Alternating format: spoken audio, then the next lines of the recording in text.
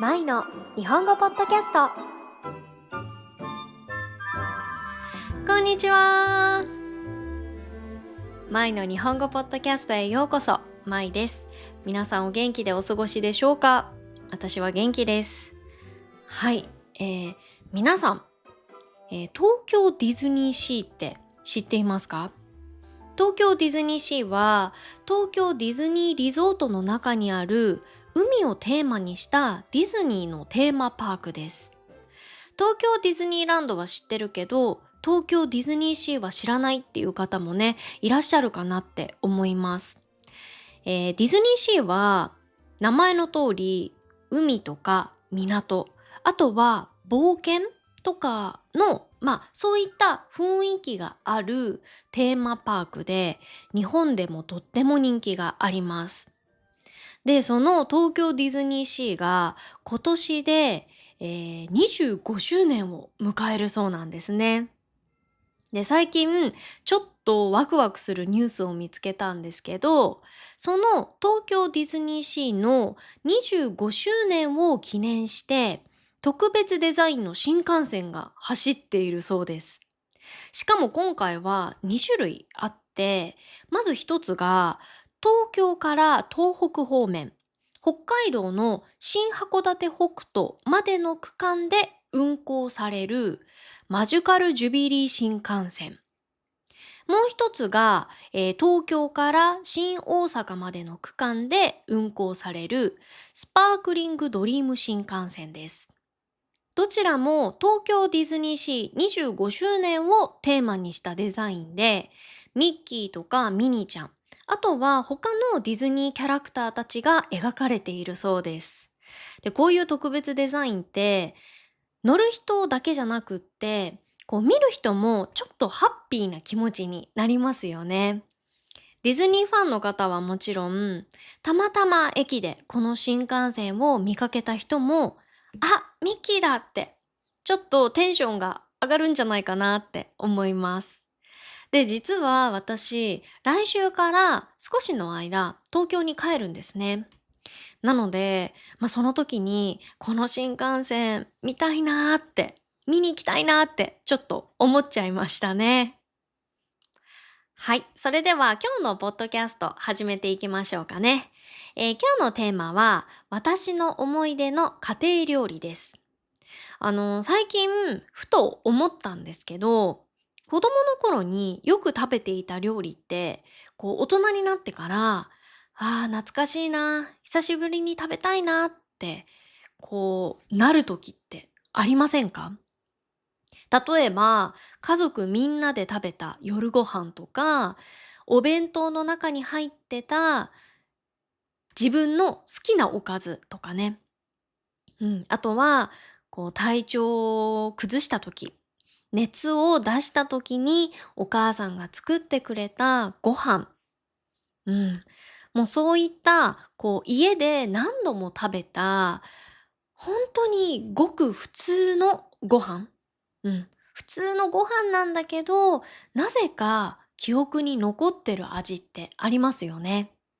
私は子供の頃に好きな料理が食卓に並ぶと、あ、今日めっちゃ好きなご飯だって、もうすっごいテンション上がったんですよ。で、逆にちょっと地味な料理が出てくると、ちょっとテンション下がっちゃうみたいな。そう。でも、なんかそういう少し地味な料理が最高だったんだなっていうことに、大人になってから気づくんですよね。はい。ということで、今日はですね、私の思い出のご飯や、あとエピソード、あとは日本の家庭料理にも触れながらお話ししていきたいなと思いますので、ぜひ最後まで聞いていただけると嬉しいです。そしてこのマイの日本語ポッドキャストではメンバーシップもやっています。興味がある方はぜひ概要欄をチェックしてみてください。はい。じゃあまず最初に、私が子供の頃に出てくると嬉しかったお料理についてね、お話ししたいと思うんですけど、子供の頃に出てくると嬉しかった料理といえば、カレーライス、シチュー、唐揚げですね。はい。で、この3つは日本人にとってもかなり身近な家庭料理だと思います。まずカレーライスですね。カレーライスは日本の家庭料理の中でもかなり定番です。で、日本のカレーってインドカレーとはちょっと違って、辛さがそんなにないですね。辛さが優しくて、で、少し甘みがあります。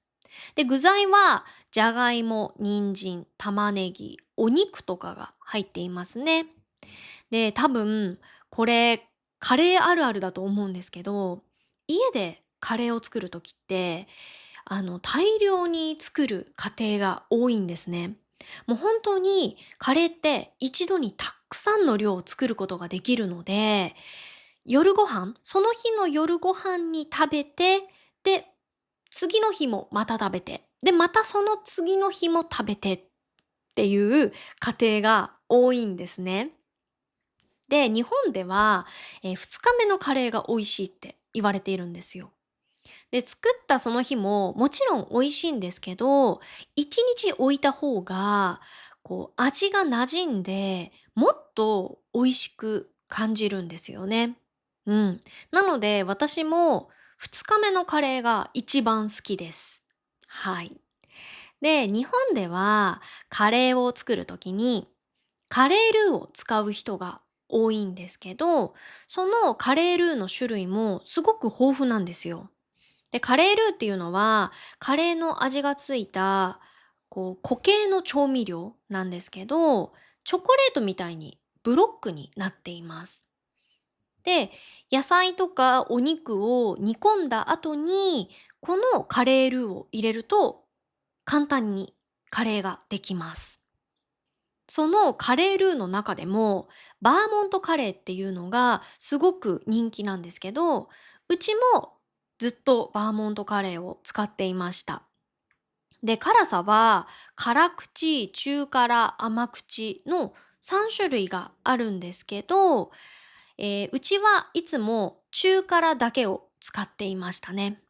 で、家庭によっては、中辛と辛口を混ぜたりとか、あとはバーモントカレーと、あとは他のブランドのカレールーを混ぜて作ったりする家庭もありますね。カレーって野菜煮込んでルー入れるだけで終わりっていう、もう本当に簡単な料理なんですね。なので、親が今日は料理するのがめんどくさいとか、もう本当に忙しいから、料理をしている時間がそんなにないっていう日に、もう本当にパパッと作ることができるんですよ。うん。なので、親は楽できて、子供は喜ぶっていう一石二鳥の料理だと思います。はい。で、この一石二鳥っていうのがどういう意味かっていうと、一つのことをして二つのいい結果を得るっていう意味です。次にシチューですね。日本の家庭でよく食べるシチューは、クリームシチューが多いと思います。で、このクリームシチューは、白くてまろやかな煮込み料理ですね。スープよりは少しとろみがあって、で、具材はじゃがいも、人参、玉ねぎ、鶏肉などが入っています。で、味はミルクとかクリームのような優しい味で全く辛くありません。日本では、カレーと同じように、シチューのルーっていう、これもまた、固形のね、調味料が売っているので、それを使って作る家庭が多いですね。で、野菜とかお肉を煮込んで、そこにシチューのルーを入れると、簡単にクリームシチューができます。カレーとちょっとね、材料は似ているんですけど、味の雰囲気は全く違います。カレーは、元気が出る味っていうんですかね。で、シチューは優しくって温かい、安心するような、そんな味ですかね。特に寒い日や冬の夜にぴったりな料理ですね。で、私が子供の頃、冬になると、クリームシチューの CM がすごい流れてたんですよ。で、その CM を見るたびに、もうすっごいシチューが食べたくなって、いっつもお母さんに、ねえ、明日シチュー作ってってリクエストして作ってもらっていましたね。はい。で、ちなみに、シチューの材料って、家庭によってね、ちょっと違うと思うんですけど、私は、じゃがいもとか玉ねぎ、お肉とかの他に、ほうれん草とコーンが入ってるシチューが大好きなんですよ。なので、いつもお母さんにもね、ほうれん草とコーン入れてってお願いして、いつも入れてもらっていました。はい。で、私自身も今もたまにクリームシチュー作るんですけど、シチューを作るときは必ずほうれん草とコーンもね、絶対に入れていますね。あと日本ではシチューをご飯と一緒に食べる人もいますし、パンと一緒に食べる人もいます。これはね、本当人によって結構違うんですよね。なので、日本人同士でも、シチューにはご飯派パン派っていう、こういった会話になることもよくあります。で、私は、どっちかって言ったら、パン派なんですよね。うん。シチューにパンをつけながら食べるのが好きなタイプなんですよ。でも、ご飯もね、最高に合うんですよね。え、クリームシチューに白いご飯って思いますよね。そう、私も最初は絶対合わないだろうって思ってたんですよ。クリームシチューに白いご飯もう考えられないみたいな感じで思っていたんですけど、実際に食べてみたらめっちゃ合います。本当に美味しいです。あとはね、唐揚げですね。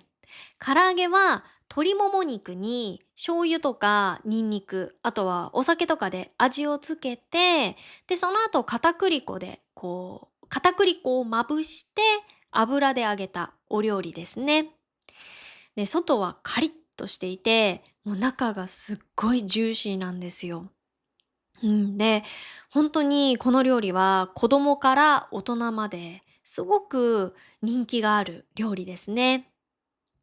うちのお母さんが作る唐揚げは、醤油、酒、ニンニク、あと生姜かな。うん。それで味付けするんですけど、これがね、もう本当に最高に美味しいんですよ。うん。で、揚げ方も完璧なので、もうすっごいサックサクなんですね。で、本当に美味しくって、私もお母さんが作る唐揚げみたいに美味しく作れるようになりたくって、もうたくさん練習しました。やっぱり唐揚げって、もちろん味付けも大事なんですけど、揚げ方もすごく重要なんですよね。そう。だから揚げるのが結構難しくって、うん、たくさん練習しましたね。で、その練習の甲斐あってか、もう今ではね、結構得意料理になったんですよ。で、私の旦那さんが、私が作る手料理の中で一番好きなお料理が唐揚げって、言ってもらいましたね。もう本当に頑張って練習してよかったなって思います。唐揚げってそのまま食べるのももちろんすっごく美味しいんですけど、でも白いご飯と一緒に食べるともっと美味しい料理だと思うんですよ。唐揚げを一口食べて白いご飯を食べて、でまた唐揚げ一口食べて白いご飯食べるっていうね。うん。もうね、この組み合わせが本当に最高で、もう白いご飯が無限に食べられるんですよ。うん。なんか、日本の家庭料理っていうと、やっぱり大事なのが、白いご飯かなって思うんですね。で、日本の家庭料理には、白いご飯と一緒に食べることを前提にしたおかずがたくさんあります。でも正直に言うと、私は小さい頃、白いご飯があんまり好きじゃなかったんですね。なんかご飯だけを食べるっていうこともできなかったですし、なんかそもそもそんなにたくさん食べるタイプではなかったんですよ。うん。もちろんね、全然食べなかったっていうわけではないんですけど、なんかこう、白いご飯だけを見て、わあ、美味しそうって思うタイプではありませんでした。なんだけど、白いご飯に合うおかずが出た日は、ご飯をたくさん食べられたんですね。例えば、豚の生姜焼き。皆さんこの料理知っていますか？豚の生姜焼きは、豚肉を生姜、醤油、みりん、あと砂糖とかで味をつけて焼いた料理ですね。で、味は甘じょっぱいです。で、この甘じょっぱいっていうのは、甘さとしょっぱさ、両方がある味のことです。醤油のしょっぱさとみりんとか砂糖の甘み、そして生姜の香りが合わさってね、もう白いご飯と本当によく合います。生姜焼きのタレがちょっとご飯につくと、もうそれだけでご飯が食べられるんですよ。うん。もうこの組み合わせが本当に大好きですね。そう。だから、白いご飯がそんなに好きじゃなかった私でも、生姜焼きの日はご飯おかわりしていましたね。うん。本当にご飯が進むメニューだと思います。このご飯が進むっていうのは、おかずが美味しくて、白いご飯をどんどん食べたくなるっていう、そういった意味です。例えば、このおかずご飯が進むねとか、生姜焼きは本当にご飯が進む。こんな風に使いますね。それから日本の家庭料理って茶色っぽい地味な料理も多いんですよね。醤油とか砂糖、あとみりんとかで煮たり焼いたりする料理が多いのでね、どうしても見た目は茶色っぽくなります。だから写真で見た時に、わー綺麗っていう感じでは正直ないんですけど、でもそういう地味な色のご飯って本当に美味しいんです。見た目はすごく普通。なんだけど、食べるとほっとする。安心する味って言いますかね。うん。そういう料理も日本の家庭料理にはたくさんあるかなって思います。例えば肉じゃが。肉じゃがはじゃがいもとかお肉、あと玉ねぎ、人参とかを、醤油、砂糖、みりんとかで煮た料理ですね。で、味は少し甘じょっぱいです。これもね、白いご飯にとってもよく合います。正直に言うと、見た目は結構地味です。地味なんだけど、でも肉じゃがってすごく懐かしい味でもあるんですよね。特に親元を離れて暮らすようになると、ふとした時に、ああ、お母さんが作ってくれた肉じゃが食べたいなーって思うことがあるんですよ。うん。なんか普通の日に食べていた味って、大人になってから思い返すと、すごく大切なものだったんだなっていうことに気づくんですよね。うん。私もそうですね。私も日本を離れて、今韓国で生活しているじゃないですか。で、そうするとね、ふとした時にやっぱり思い出すんですよね。ああ、お母さんの肉じゃが食べたいって。うん。派手ではないんだけど、でも食べると安心する。お母さんの味みたいなね。うん。肉じゃがはそういう家庭料理なんじゃないかなって私は思いますね。あと、私にとってすっごく思い出に残っているのが煮魚です。で、この煮魚っていうのは、お魚を醤油、砂糖、みりん、酒とかで煮た魚料理ですね。で、魚の種類はいろいろあるんですけど、家庭ではカレイとか、あとサバ、ブリなどを使うことが多いかなと思います。で、煮魚も見た目はすごくシンプルです。でも、この甘じょっぱい味が魚に染みていて、もうこれもまた白いご飯と一緒に食べると、ほんとに美味しいんですよ。うん。で、私はね、この煮魚が小さい頃から本当に大好きでした。特に風邪をひいた時とか、熱を出した時とかね、そういった時、もういつも必ず食べたいって思っていましたね。私が今でも忘れられない思い出があるんですけど、私が中学生の時ですね。中学生の時にインフルエンザになったんですよ。で、そのインフルエンザが結構ひどいインフルエンザで、本当にしんどかったんですね。で、もう話すのもしんどい。飲み物を飲むのもしんどいっていう感じで、もうご飯とかも全然食べられなかったんですよ。もうそもそも食欲がないっていう感じだったんですね。なんだけど、不思議なことに2つのものだけ食べることができたんですけど、それが、まずリンゴですね。でもリンゴって言っても、普通に切ったリンゴじゃなくって、すりおろしたリンゴと、あともう一つがお母さんが作ってくれる煮魚だったんですよ。うん。この2つだけはね、もう本当に美味しくて、もう、あ、食べたい、また食べたいっていう風に、そのインフルエンザの間、ずっとそう思ったんですよね。だからずっと食べてたんですよ。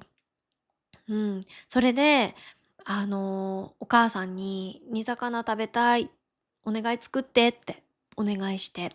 で、お母さんは仕事を休んでくれてね、で、リンゴとお魚を買いにわざわざスーパーまで行ってくれて、で、作ってくれたんですよ。で、その時に作ってくれた煮魚がカレーで作ってくれたんですね。もうね、その時に食べたあのカレーの味が、本当に今でも忘れられない。うん。すっごく心が温かくなる、そんな味でしたね。うん。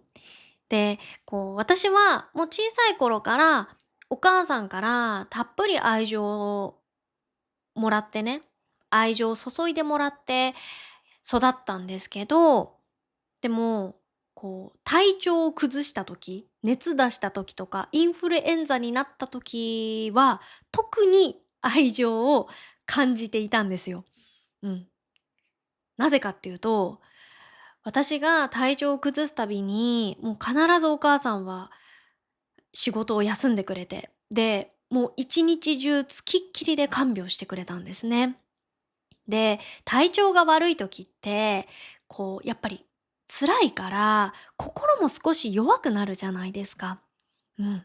そういう時にすごく優しくしてもらって、で、美味しい料理作ってもらえるっていう、もうそれが本当にありがたくって、もうすっごい愛情を感じていたんですよね。だから今でも、その、体調を崩した時のことを思い出すと、すごくあったかい気持ちになりますね。うん。で、必ず私は体調を崩すたびに煮魚をリクエストしていました。そう。もう本当にうちのお母さんが作る煮魚って、もうめちゃくちゃ美味しいんですよ。うん。なんか、こう醤油の味が強すぎなくて、で、まろやかな優しい味っていうのかな。うん。そういう煮魚なので、とにかく本当に優しい味なんですよ。だから、風邪をひいた時とか、まあ、インフルエンザになった時も食べたいって思ってたんですよね。うん。そう。だから本当に、ね、私にとって煮魚っていうのは、ただの家庭料理っていうよりかは、もう本当に体調が悪くて辛かった時でも食べられた味。作ってもらうと本当に安心できる味っていう、そういった感じですね。うん。だから本当に私にとって、すごく大切な思い出の味ですね。はい、今日はですね、私の思い出の家庭料理についてお話ししました。いかがでしたか？こうやってもう思い出の料理についてね、いろいろ話していたら、お母さんの料理が食べたくなっちゃいましたね。はい。もう来週日本に戻ったら、お母さんに作ってってお願いして、で、たくさんね、お母さんの手料理を食べたいなって思います。はい。皆さんにとっても、こういう思い出の味って何かありますか？皆さんの国の家庭料理や、あと皆さんにとっての思い出の味についてもね、ぜひよかったらコメント欄で教えてください。はい、それでは本日も最後まで聞いてくださってどうもありがとうございました。また次のポッドキャストでお会いしましょう。バイバーイ。